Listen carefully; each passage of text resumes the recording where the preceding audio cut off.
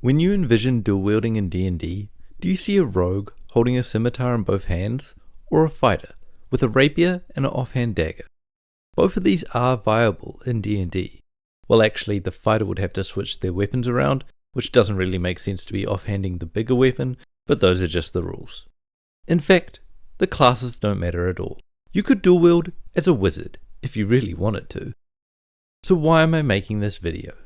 Well, every week I have to explain how dual wielding works. If we take a look at the light weapon feature, we can see that dual wielding is allowed, provided we attack with a light weapon as our action and a different light weapon for our bonus action. However, we don't add our ability modifier to the damage of that offhand attack.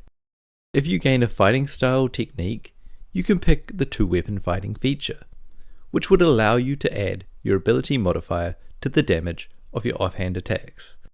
Now here's where the misunderstandings start, because most adventurers use D&D Beyond, which gives them the 2014 rules of two weapon fighting, which is now the light weapon feature. Even while using the old rules, one would still need to use light weapons, and somehow this is often overlooked.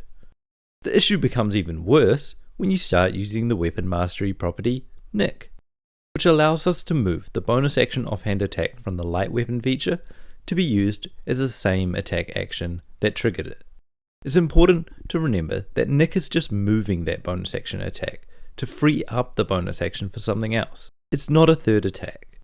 The issue I see often is that adventurers believe they get an extra attack from both the light weapon feature and the 2014's two weapon fighting feature. This is not the case, because it's the same rule, it's just renamed. So if you want to dual wield, you should be looking at only light weapons. But wait! Rapiers aren't light, so how does that fighter use it in dual wielding? Well, at level 4, they picked up the dual wielder feat, which lets them use any melee weapon that lacks the two-handed feature as a bonus action. Now we can make 3 attacks by combining the weapon mastery Nick with the feat's extra attack. However, you will need 3 separate weapons.